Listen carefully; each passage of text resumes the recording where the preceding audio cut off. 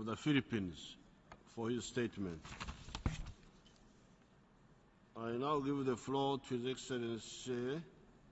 No, that's the one who was there now. I now give the floor to His Excellency Machete, Minister of Foreign Affairs of Portugal.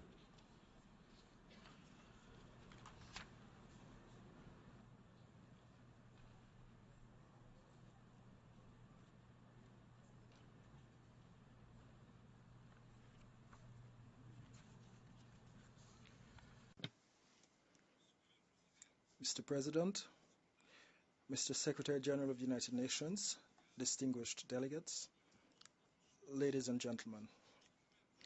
This historic moment, coinciding with the United Nations' 70th anniversary celebrations, represents a major turning point in the way we perceive development.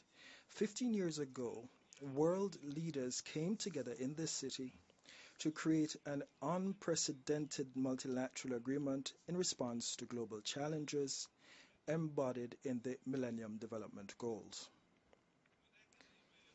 It is important to recognize that since then, much has been accomplished, but much still remains to be done, requiring a renewed determination from us all, considering lessons learned from the implementation of the Millennium Development Goals and from the world's development landscape. Portugal sees the adoption of the 17 Sustainable Development Goals as an unparalleled agreement promoting sustainable development and the eradication of poverty, and envisioning a world where all human rights are fully respected. And it's for this reason I would like to commend the United Nations and express my deep appreciation to all those who participated in this major negotiating process.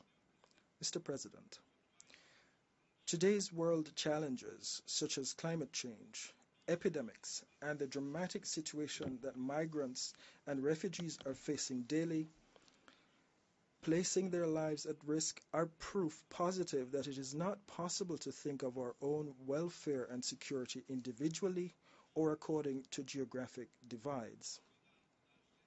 The universality of the 2030 Agenda is therefore paramount, embodying true shared responsibilities in search of a better future beyond the traditional and outdated north-south approach, the division between public and private actors, and the understanding that official development assistance is the one and only response to our common challenges.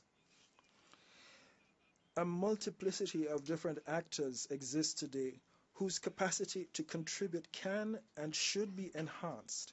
Among these, emerging economies and countries with a growing weight as donors should be taking on accrued responsibilities according to their political, economic, and financial capacity. This agenda also requires from all of us a qualitative and results-based approach geared towards greater policy efficiency and coherence at all levels. Ladies and gentlemen, this is definitively a time of celebration, but also one of great responsibility. It is now time to shape the new international cooperation paradigm and implement the commitments contained therein. The United Nations must continue to play an essential role in addressing these global challenges.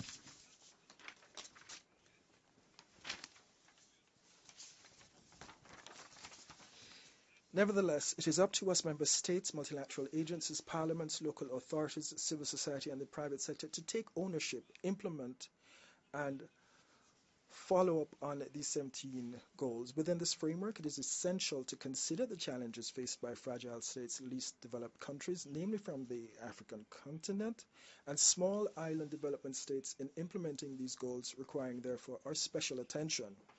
Portugal, for these reasons, has subscribed to the EU commitments for the Addis Ababa conference, including the commitment to collectively mobilize 0.15% to 0.20% of our GNI for official development assistance to the least developed countries, and to prioritizing aid to the African continent.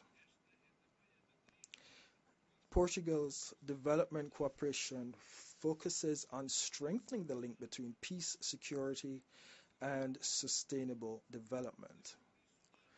This approach will continue to represent an absolute priority.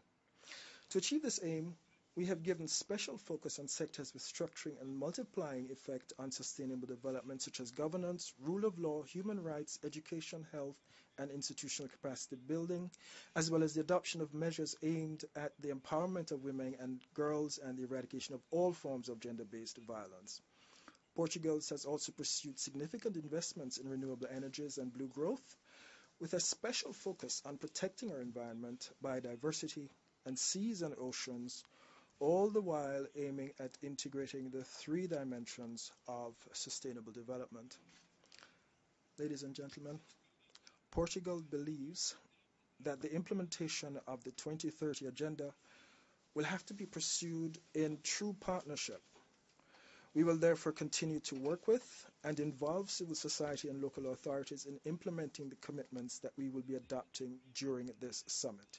We are ready to work in partnership with our fellow members of the community of Portuguese-speaking countries to integrate the 23 Agenda in its work, and we stand ready to do so also in other multilateral fora in which we participate.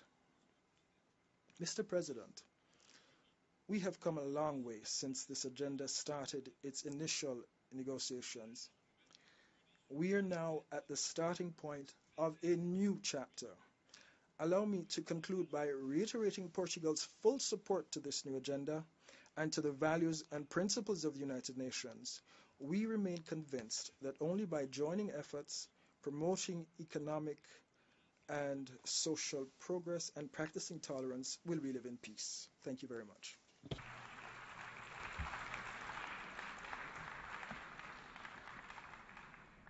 I thank the Minister of State and Foreign Affairs of Portugal